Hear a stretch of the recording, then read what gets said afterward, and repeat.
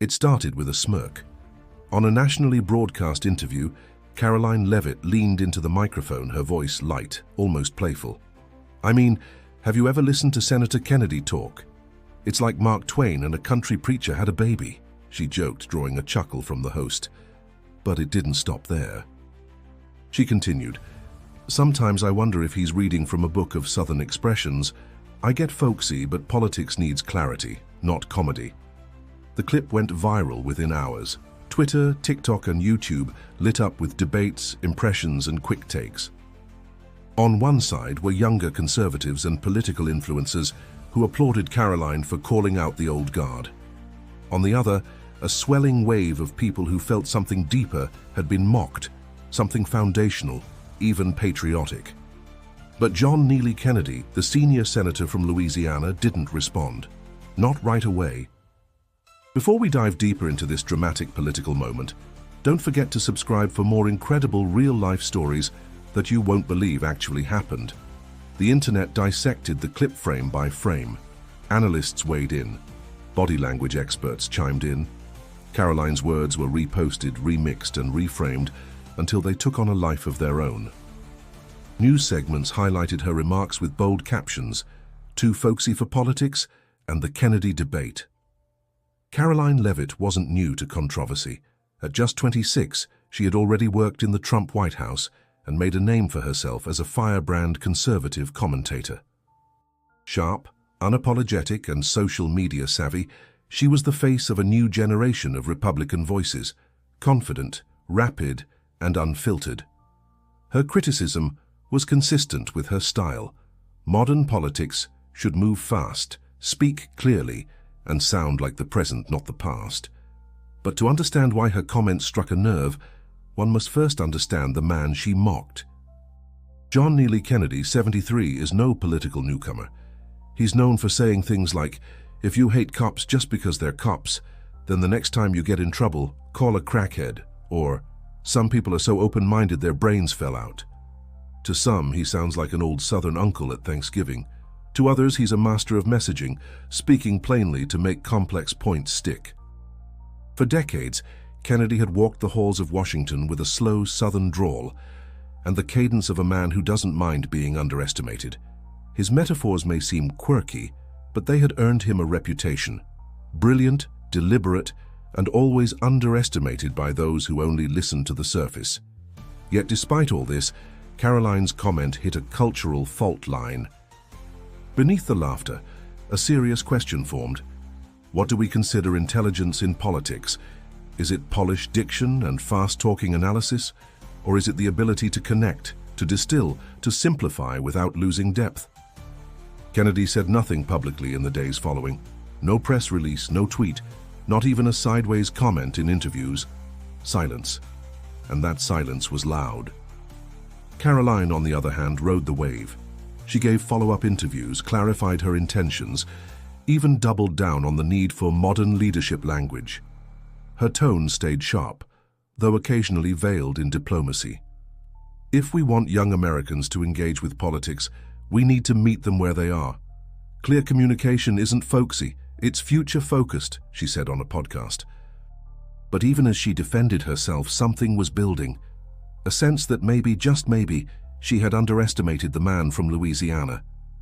And while she made her rounds across media circuits, Kennedy was waiting, not to react emotionally, but to respond strategically. He always had a way of waiting until the silence was just long enough, and then he spoke. John Kennedy wasn't born with a microphone in his hand or a camera pointed at his face. He was born in Centerville, Mississippi, and raised in Zachary, Louisiana, a place where front porches mattered more than podiums.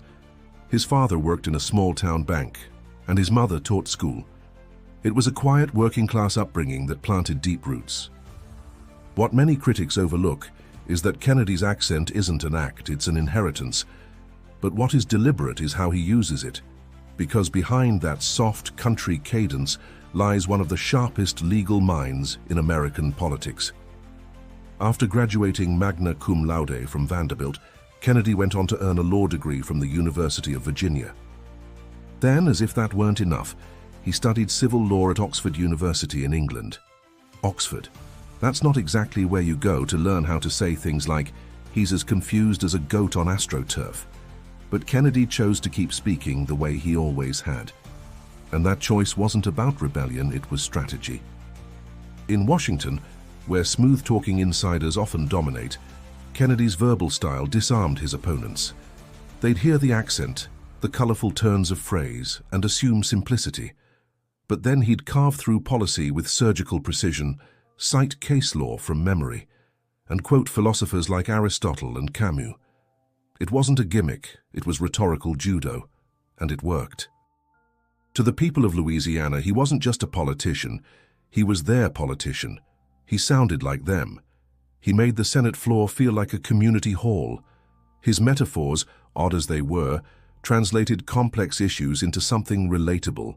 And in a political world that often felt cold and corporate, Kennedy's speech felt human. But when Karoline Leavitt mocked his way of speaking, it didn't just touch a nerve in Kennedy. It hit something deeper in his supporters. Because for them, this wasn't just about Kennedy's twang or his choice of words. It was about dignity, about not being talked down to, about the idea that intelligence doesn't always wear a suit and tie and speak in polished paragraphs. It was, in many ways, a cultural line in the sand. Karoline, in her second round of interviews, didn't seem to notice. She framed the debate as one about messaging and clarity, positioning herself as the voice of a new political era. "I respect Senator Kennedy," she said in one appearance, "but times are changing. The next generation doesn't connect with homespun sayings. They want facts, quick and clean. To some it sounded reasonable. To others it sounded like elitism dressed as modernity. And the division grew. Online, political forums filled with dueling commentaries. Was Kennedy out of touch, or was he the last politician who still spoke to the people instead of at them? Was Karoline challenging tradition or disrespecting it? Was plain speech a relic of the past or a weapon for the future? The conversation widened beyond two personalities. It touched journalism, education, and regional pride. In coffee shops across Louisiana, Kennedy's quotes were repeated with pride. On college campuses, young conservatives debated the effectiveness of modern rhetoric.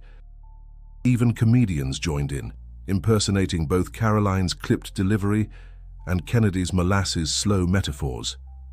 And still, Kennedy said nothing. But the silence had changed. It was no longer the stillness before a decision. It was the patience of a man waiting for just the right time to answer, not with a comeback, but with clarity. What was once a simple exchange of words had become a test. Of styles, of values, of eras. And the question now lingered in the air. When Kennedy finally responded, what would he say, and how would he say it? It was a Tuesday morning in Washington, and the air inside the Senate chamber felt heavier than usual. The docket was full. But everyone sensed something else was in motion, something beyond the bills and procedural votes. Senator John Kennedy walked in with his usual unhurried stride, a small stack of papers under one arm, and a cup of black coffee in the other. He greeted the doorkeeper with a quiet "morning," then took his seat. Nothing in his manner signaled anything out of the ordinary, but something had shifted. Karoline Leavitt, on temporary assignment with a media network, had made her way into the chamber gallery as part of her coverage responsibilities. Dressed professionally, with notes on her lap and a phone tucked away, she scanned the room casually until her eyes landed on Kennedy. She wasn't nervous yet. The chamber settled, business moved forward, policy discussions resumed. But when Kennedy's name appeared on the speaker list, the atmosphere changed. Staffers leaned forward, journalists raised pens. No one said it out loud, but everyone was thinking the same thing. Was this the moment? Kennedy stood, buttoned his coat, and walked toward the podium. His expression was calm. No bravado, no rush, just a man ready to speak. What few people noticed, though, was the stillness in his eyes. A stillness that came not from restraint, but from calculation. Kennedy had spent his career being underestimated by colleagues, opponents, even commentators. And he had learned that sometimes silence was the best kind of pressure. As he adjusted the microphone, the chamber grew quiet. His voice began as it always did, deliberate, low, with a molasses rhythm that smoothed every syllable. "Mr. President, I rise today not to argue, but to reflect." He glanced down briefly, then up again. In our line of work, it's easy to mistake style for substance, but I've found that the way a man speaks often says less about his intelligence than how well he listens. A pause. Not long. "Just enough. Some folks say I sound like a backwoods storyteller. Maybe so, but I'll take that over-polished nonsense any day because I'd rather be understood than applauded." He didn't name names. He didn't have to. Karoline shifted slightly in her seat. Kennedy continued, moving from his personal reflections to matters of public duty. He touched on education, responsibility, and the need for humility in public life. It was all civil, composed, yet unmistakably pointed. And yet, it still wasn't the moment. As he returned to his seat, the room seemed both satisfied and restless. There had been a message, certainly, but there was a sense that something deeper remained unsaid. That feeling lingered. Later that afternoon, Kennedy sat alone in his office, the Capitol dome visible through the window. He sipped his second cup of coffee and reviewed briefing notes for the following day. But his mind wasn't on legislation.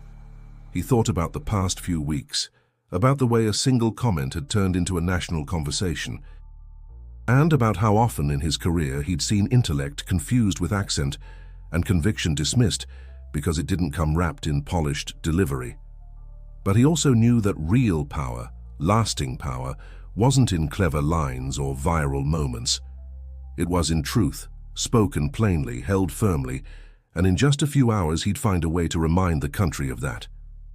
Because sometimes the best rebuttal isn't a retort, it's a reminder. The next morning, the Senate chamber was fuller than usual. News of Kennedy's quiet, measured remarks the day before had spread quickly. There was no formal statement, no tweet storm, just a sense that something larger was coming. Kennedy's name was again on the speaker schedule, and this time, even the disinterested showed up. Karoline Leavitt returned to the gallery, less composed than the day before. She hadn't expected her passing jab to spiral into a national referendum on political communication, but here she was, front-row witness to what she feared might be a reckoning. Kennedy stepped forward, papers in hand, but he didn't glance at them. He stood still, eyes focused ahead, and began to speak. Not loudly, not quickly, but with a quiet authority that drew the room inward.